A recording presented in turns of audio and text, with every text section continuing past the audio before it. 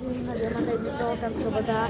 આજની તારીખ છે 6 જાન્યુઆરી 2025 ને આપણે પહોંચી ચૂક્યા છીએ જગન્નાથ શું કાશી વિશ્વનાથ અને આ બાજુ હાલે છે ચા નાસ્તો.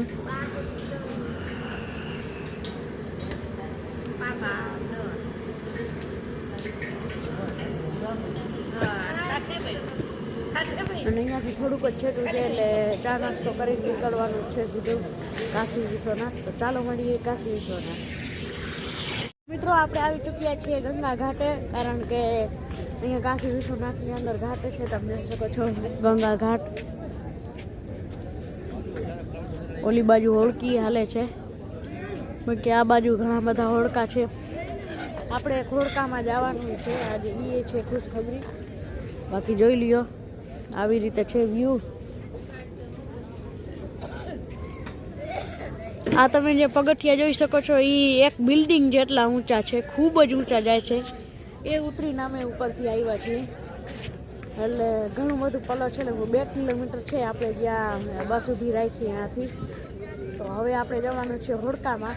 તો ચાલો મળીએ હોડકાની અંદર.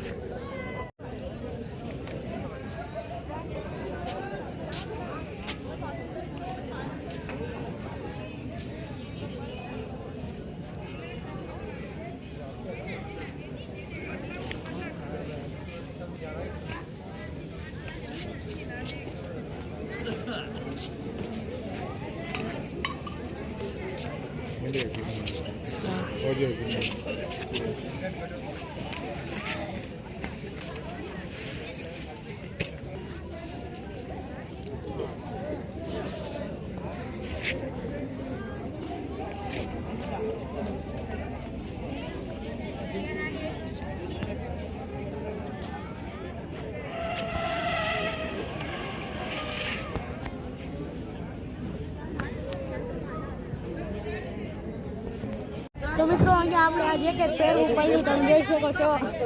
આ જેકેટ પહેરવાનું છે આપણે આ પહેરી લીધું છે. અને આપણે અત્યારે બોટમાં બેસી ચૂક્યા છીએ.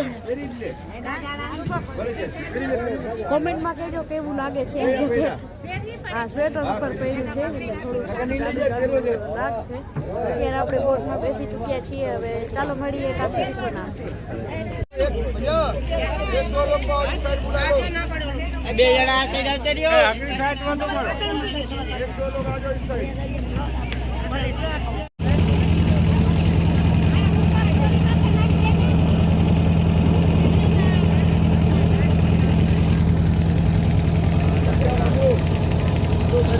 હા રૂકો વિડીયો તો ઉતારને દો. આપણે દર્શન કરીને આવી ચૂક્યા છીએ પાછા. હવે આપણે બોટમાં પાછા જઈએ છીએ આપણા ઉતારે, એટલે આપણે સવારે જ્યાં બોટ દેખાડો ત્યાંથી આપણે ઉતારો. તો ચાલો મળીએ ત્યાં. હવે આપણે કાશી વિશ્વનાથ મહાદેવના. તો હવે આપણે જઈએ છીએ બોટની અંદર. તો ચાલો મળીએ આપણા ઉતારે. મિત્રો આપણે કાશી વિશ્વનાથના દર્શન કરીને આવી ચૂક્યા છીએ અને આપણે બપોરનું જમવાનું કમ્પ્લીટ થઈ ગયું છે. અને અહીંયાથી હવે 440 કિલોમીટર છે અયોધ્યા દૂર. તો હવે લગભગ સાંજે આપણે પૂગી જશું, તો સવારે દર્શન થઈ જશે. તો આજે તો નહીં આપણે અયોધ્યા પૂગીએ. મિત્રો અહીંયા આપણે ચા પી લીધી છે અને ચા પીને આપણે હવે જઈએ છીએ અયોધ્યા. અને હું તમને મેપ્સની અંદર હું જોઈને તમને બતાડું કેટલું છે અયોધ્યા. બાકી તમે અહીંયાનું વ્યૂ જોઈ લો. અત્યારે અંધારો થઈ ગયો છે એટલે આ ફ્લેશ છે ને ફ્લેશ એ ચાલુ કરીને મારે વ્લોગ બનાવવો પડે છે, કારણ કે આ અંધારો થઈ ગયો છે. હું તમને ફ્લેશ હાથ રાખી દેખાડું. આખો અંધારો છે, આ ફ્લેશ મેં ચાલુ રાખી છે એટલે ઉજારો લાગે છે. તો મિત્રો અહીંયાથી હવે અયોધ્યા 26 કિલોમીટર છેટું છે અને આપણે અત્યારે છીએ અહીંયા ઉત્તર પ્રદેશના બીકાપુર ગામની અંદર. તો જુઓ બીકાપુર ગામનો વ્યૂ.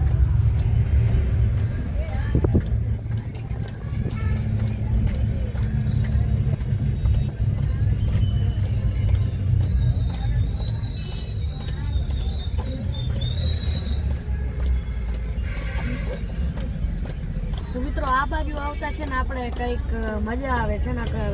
સાઉથ બાજુ તો જરા એમ મજા જ ના આવે, એવી જ બધું છે.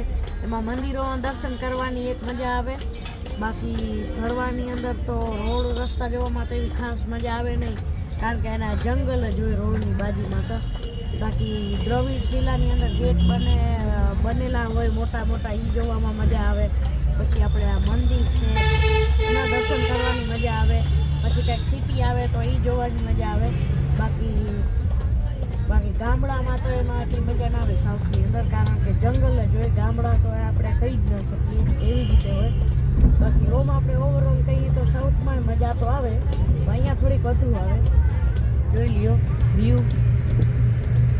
આ બીકાપુર ગામ છે અને આ ઉત્તર પ્રદેશનું ગામ છે બીકાપુર. અને આપણે બિહારમાંથી કાલે આપણે બિહારમાંથી નીકળ્યા હતા અને રાત આખી બસ આવી એટલે સવારે આપણે ઉત્તર પ્રદેશ પૂગી ગયા. અને આ એનું જ ગામ છે. અને ઉત્તર પ્રદેશ આપણા ભારતમાં નંબર 1 વસ્તી ધરાવતો દેશ છે, રાજ્ય છે. અને વિસ્તારની અંદર રાજસ્થાન આવે અને વસ્તીની અંદર ઉત્તર પ્રદેશ આવે, કારણ કે સૌથી વધુ ભારતની વસ્તી ઉત્તર પ્રદેશમાં જે રહે છે. અને વિસ્તારની અંદર સૌથી મોટો રાજ્ય આપણે જોવા જઈએ તો એ રાજસ્થાન છે. બાકી વસ્તીની અંદર તો ઉત્તર પ્રદેશ જ છે, યુપી. બાકી વ્યૂ જુઓ.